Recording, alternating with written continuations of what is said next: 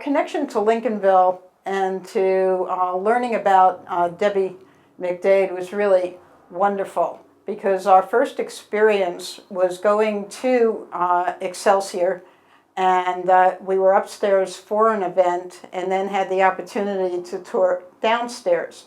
And it was just this eye-opening thing for me to see all of the history that was there that had to do with jazz. I mean, this Brooklyn kid who grew up hearing about Harlem all the time and what was going on in Harlem, and then having some experiences growing up, not growing up as much as in my younger years, of having some very small gatherings with people like Oscar Peterson and Miriam McPartland and Dick Hyman, and that type of thing. It was really an honor and a privilege.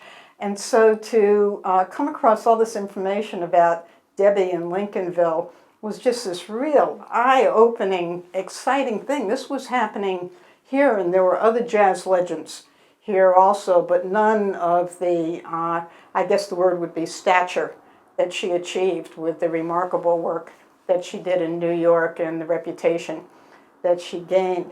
This is just so unbelievably important to the neighborhood, because the neighborhood's going through a transition, and as that's taking place, we're discovering that more and more people know very, very little about the important Black history that's taken place in St. Augustine, right from its founding 450 years ago to what's happening today as well. And so much of it, as it's becoming like a onion that's getting peeled, and people are saying, oh, you know, it played that role in the civil rights movement, and this role with Black education and all of that. This is a real gem, because jazz, like so many things that are culturally bound to a particular area, this crosses all kinds of lines, and it opens up possibilities for conversation, enjoyment, and all of that. So getting that history about Debbie several years ago, and then meeting her several times over at Jazz Vespers at my husband's church, was just this really warm kind of thing. It helped me tie pieces of my past together. It grounded me more in the neighborhood that I'm living in, and so many of the things that I believe in as far as inner city life. And to look around at the audience, so many people would talk to me afterwards and say, I've never been to Lincolnville before, but they were here to see and hear a jazz performer. And they discovered it's a neighborhood. You know, foremost, it's a neighborhood. It's not an area of the city that you're not supposed to go. It's a very welcoming, very warm, and very inviting place to be.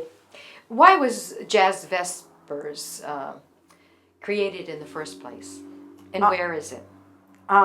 Jazz Vespers takes place on the third Sunday of every month, except for a couple going into the summer, at St. Cyprian's Episcopal Church, which is on the corner of Martin Luther King Avenue and Lovett Street in Lincolnville. So you have to move half mile plus from King Street downtown to get there, and it takes you through, you know, a nice piece of the neighborhood. I have to say it's the cutest church in all of St. Augustine.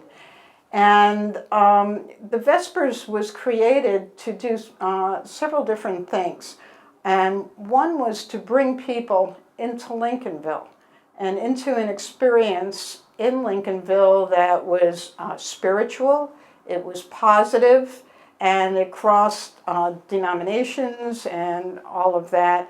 And we've had some of the greatest music from not only St. Augustine, but some from Jacksonville also. I mean, the place gets packed, and people come very, very specifically because of the performers. Now, the musical about Debbie McDade and her music, Sweet Emmeline, the music of our best friend, Debbie, will be performed at the Lincolnville Museum Cultural Center. And the performance will be, you know, like at 7:30, but a tour of the museum is also be involved in the ticket. How do you feel about that? That connection between the museum and the musical we're going to be performing in the upstairs room. I think it's going to be eye-opening for many of the people who come. There is a lot going on at the Lincolnville Museum and Cultural Center to reinvigorate it in a lot of different ways. And so some people have passed it many times, but have never gone through the doors to see what's behind those doors. And I think because so many people have moved to St. Augustine from other places in the country, and I keep running into a lot of Brooklyn folk and Manhattan folk and all of that, this particular piece for them is going to be, I think, my projection is they're going to be surprised to experience it and see that that's part of now the city that they call home or the city that they're visiting. And I think it'll be a very positive, reinforcing kind of thing. And people sometimes before a play, after a play, intermission, try to figure out what they're supposed to do with themselves. And that's really the real most positive part of this. There is something to do, and experience that directly connects it all. So if you had to go on television and promote the show Sweet Emmeline and promote Debbie McDade and promote jazz, what would you say to get someone there to see this outstanding woman's history? I would invite them to hear an untold story, which first of all, at least they'll stop to think, well, untold, what's untold? And St. Augustine has lots of untold stories, I mean, but this is living history. And I think that living history piece is very compelling in a day where reality plays such an important role in what it is we want to experience culturally, visually, emotionally. And I think Debbie's story brings all of those elements together with music being the theme throughout it. I think it'll be something that if I was trying to invite you to this, it'll be an experience that of St. Augustine and of Lincolnville and of a piece of history that we certainly don't want to get lost as we go through the 21st century and beyond.